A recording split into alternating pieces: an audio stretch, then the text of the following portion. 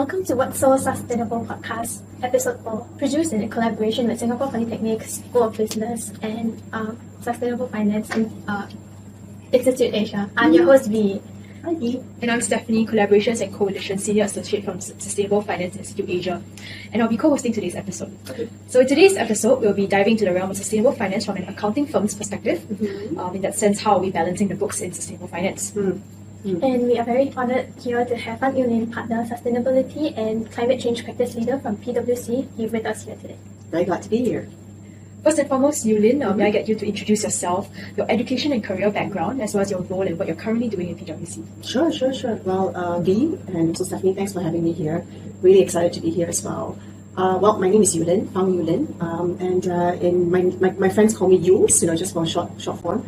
I did an undergraduate firstly in accounting and finance, and then several years later decided that sustainability is something that I want to do, and it's super important as well. And then I went back to school to do a master's in public administration, focused on more sustainability and also climate change subjects. So that's what I did.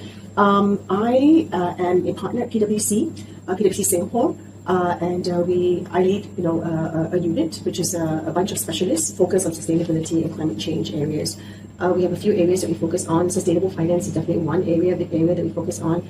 So we focus on decarbonization, we focus on sustainability reporting, sustainability assurance, climate risk, nature risk, sustainable supply chains, as I mentioned, sustainable finance as well, and social, right? So these are some of the areas that we focus on. And another role that I have taken on as well is actually to lead the Sustainable Finance Initiative as well for Asia Pacific as well. So that's pretty exciting.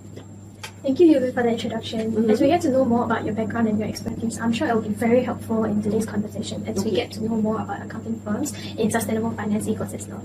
Yeah, we are very honored to have you here today, and we'll talk more about the role of accounting firms and how they're advancing sustainable finance practices and the other topics you mentioned, like ESG considerations, driving positive change through financial reporting and assurance, from ESG risk management and sustainability reporting to green accounting standards, impact measurement. We understand how accounting firms support clients in integrating sustainability into their financial decision-making processes. So to give context to our listeners first, there are a few roles that accounting firms play. Accounting firms like PwC provide assurance and verification, assist companies in developing and implementing sustainable finance strategies, identify and manage ESG-related risks, guide clients through regulations and reporting requirements, facilitate the flow of capital to green bonds and sustainable investments, etc. And all these are done to promote a more resilient, sustainable finance economy. And I'm sure, Eu-Lin, you have more to elaborate on this further down. I'm sure too. So, Eu-Lin, could you please help us paint a picture of the role PwC plays in sustainable finance ecosystem and contribution to the sustainable agenda? Okay. Well, firstly, I think that financial services sector is actually very important. It is the same way that financial services is important to society in terms of the investments that they make, the loans that they give, and of course, finance plays such an important part in terms of channeling funds into areas for potential growth as well, where we want to pivot to. So in the same way, it is super important that if you want to have some real economy type of changes, real economy decarbonization, for example, financial sector will also play a big part of it. One of the key things which is actually different from a financial services sector, whether or not you are a bank, or if you are an insurance company, or if, say for example, you're an investment company or asset owner, the way that you impact on sustainability is a little bit different. So in the real economy, your emissions primarily come in from what we call your direct emissions, your scope 1, 2, and 3.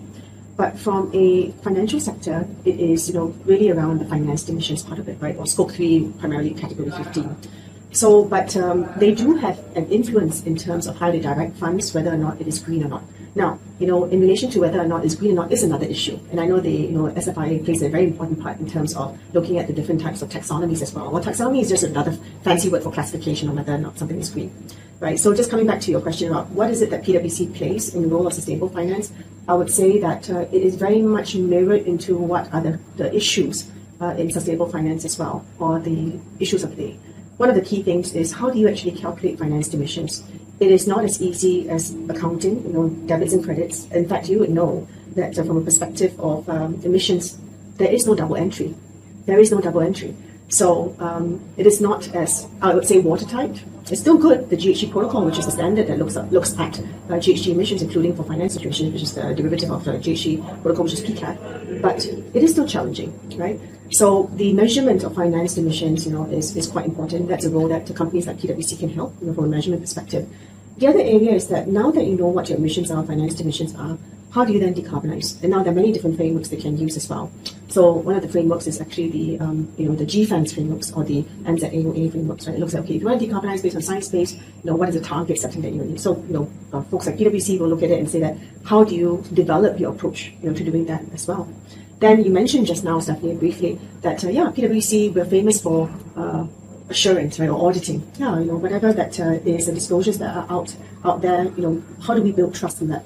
Our purpose in society is actually to build trust in society as well, solve complex problems, important problems. So one of the key things is how do we engender trust as well in these disclosures. There's many things, but the last point I want to make is that in order to build trust in the ecosystem on these sustainable related information, it is quite important, firstly, to have international standards. So some of the standards that I know we will be talking about that later is the Global Reporting Initiative, or it could be the more recently developed, right, International Standards of Sustainability, right, board, so ISSB, or it could be others as well, right, like the EU CSRD, which is more European standard too. So for any kind of bank or asset owner that, or even real economy company that operates in Europe, in Singapore, or elsewhere, you'll find that you all have all these different standards to actually look to, and how is it that they interoperate. So hopefully, my team, people at PwC can help to navigate such complexities and make sure that we meet those kind of requirements as well. Right. So I know long story, but that's really some of the things that we do. Yeah. So as a follow-up, how does PwC assist clients in aligning their financial strategies with sustainable goals and objectives? That's a very difficult question. This is something that we ask every day. Because if one of the key things, right, in terms of any kind of strategy is that you want growth, right? But think about it this way. Let's say it's a simple company who is a real estate company. If I want growth, I guess I will just expand. I'll build more buildings. But this is somewhat against the grain of sustainability.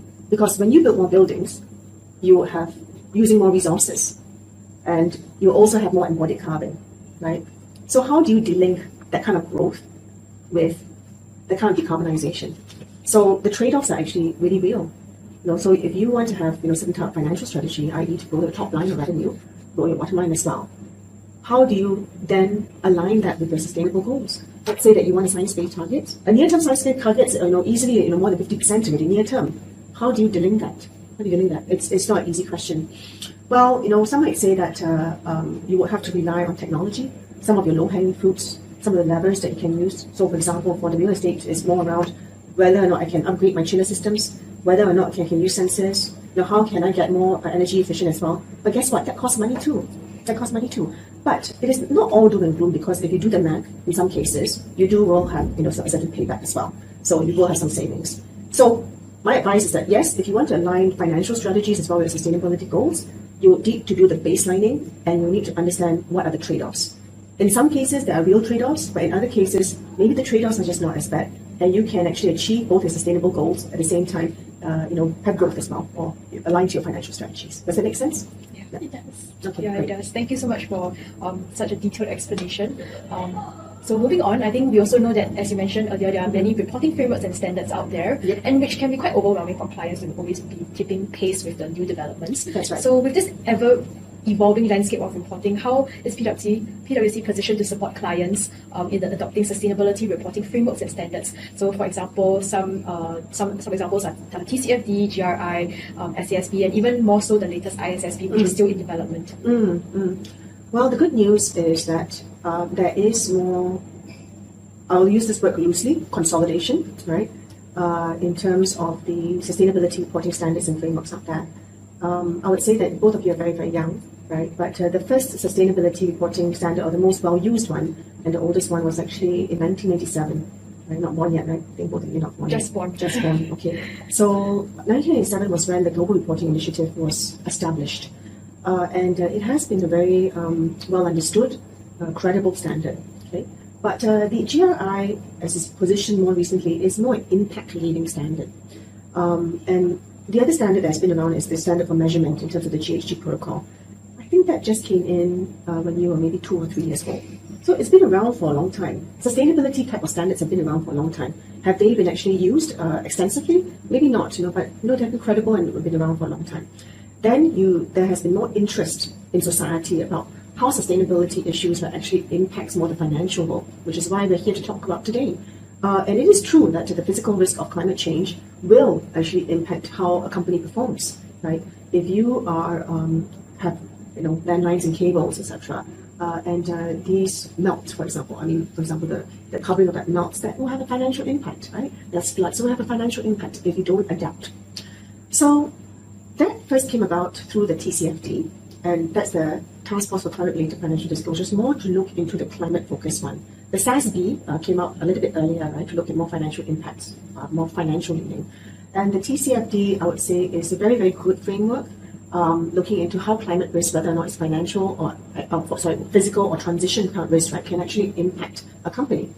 So you can see here that there was the GHG protocol, and there was the GRI, and there was the SASB, and then there was the TCFD. And then, of course, to make things a little bit more spicy, you also have the ISSB coming out, right? So the ISSB is actually a sister standard, right, aboard to the IFRS. So IFRS, as you know, is the accounting standard, and ISSB is a sister company of that. Again, more financial leaning. But as I mentioned, there's been some coming together more recently, and the coming together is that the SASB has now been consolidated into the ISSB, and also the CDSB as well has been consolidated into ISSB, and also the IR has been consolidated. So there's some consolidation, those kind of financial leaning type of standards, right? The GHG protocol has also been used by the ISSB as well in its standard, and the TCFD monitoring is now taken care of by the ISSB, so you can see some consolidation. So the consolidation now is around, yes, you've got the ISSB cluster, and then you've got also the GRI, and the other biggie is, of course, the European CSRD as well. Now, how do we help, organizations with this? Firstly, I think it's super important that we are useful. Okay, we are useful if we have the knowledge. We hope that we are useful in terms of sharing with organizations the latest developments in these standards, because they do kind of evolve from time to time.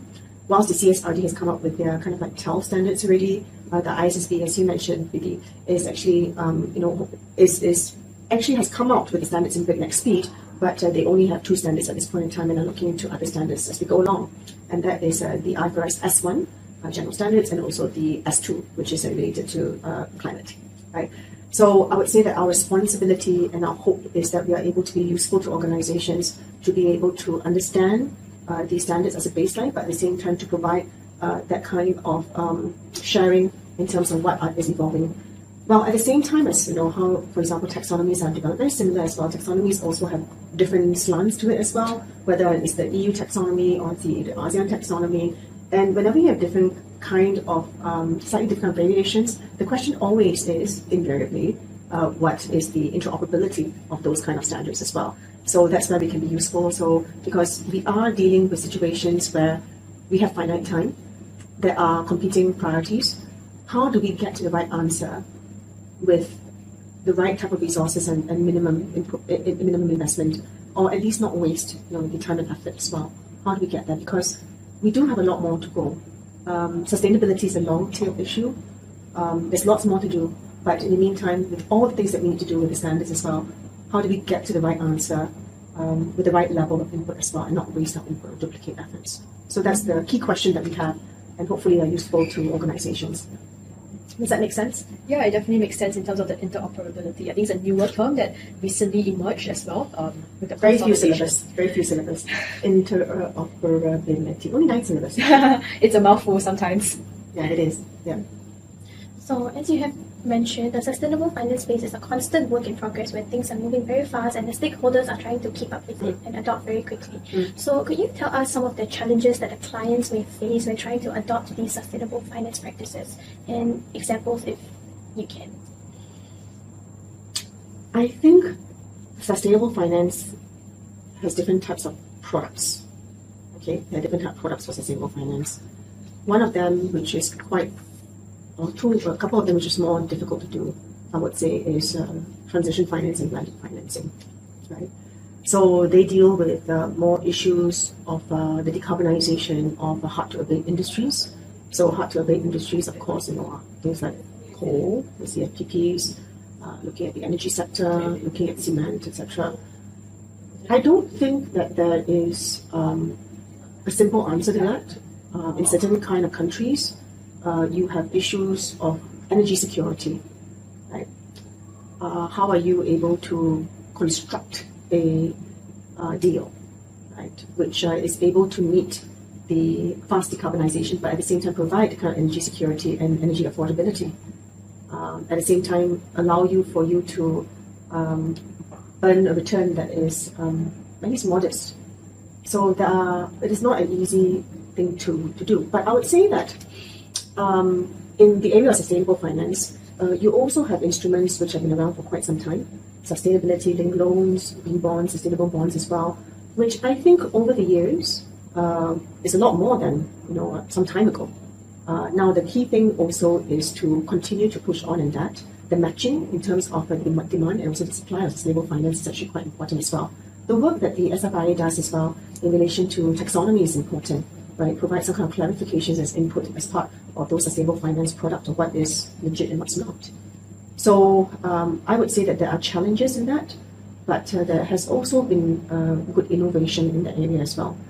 So for example, I think for MAS, they had also come up with Traction, which is around looking at some innovation in terms of sustainable financing for the accelerated phase out of coal-fired power plants. So we need to continue to have that kind of innovation, firstly, but make sure that kind of innovation works theoretically. And after, right, you come up with the innovation that works theoretically, or you think works theoretically, is to apply that to projects, right? So how do we operationalize that is quite important. Once you operationalize, people gain confidence, you have more of that, so hopefully that becomes a mainstay. Does that make sense? So in your many years of experience, how has the regulatory landscape evolved, especially in the context of Singapore? As we know, maybe sustainable finance only recently took off, or this term took off, say, 5 to 6 years ago. So how has it evolved prior, during, and perhaps now? Well, the regulatory landscape, I would say, has crescendoed. So I think it started actually very early on, even when in early 2011, 2012, where the SGX came up with voluntary reporting. But I think that wasn't a great take-up, right? Then in 2016, the SGX said that, okay, we're going to, hello everyone, listed companies, we're going to move into this thing called sustainability reporting.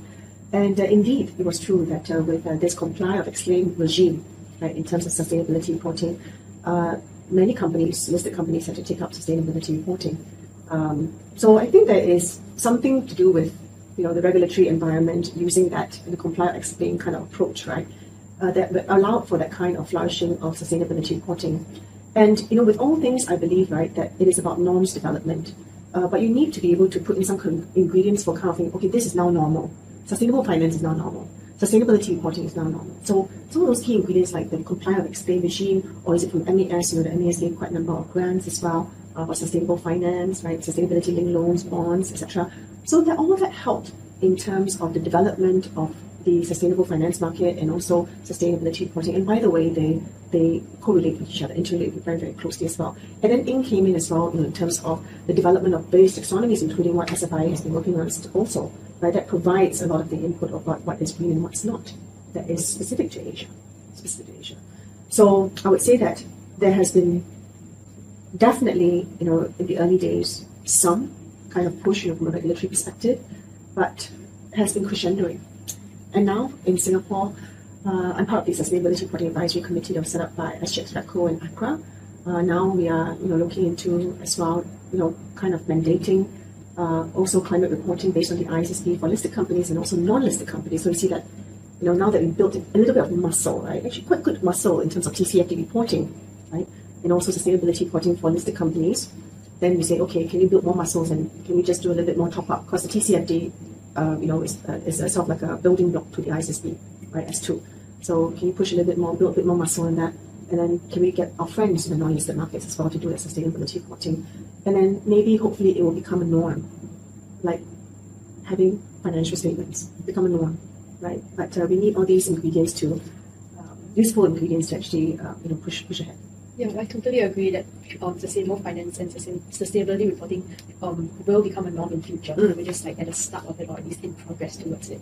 Well, we already are in a really norms cascading kind of period, because now we think about, we wouldn't think twice in the past, right, about doing certain things, but now we say, oh, I have to think about this. Do I do any significant harm if I do this? What's my carbon emission if I do this? Right? So I think the world has changed. Looking ahead, what are some of emerging trends and development that PwC sees in sustainability and sustainable finance?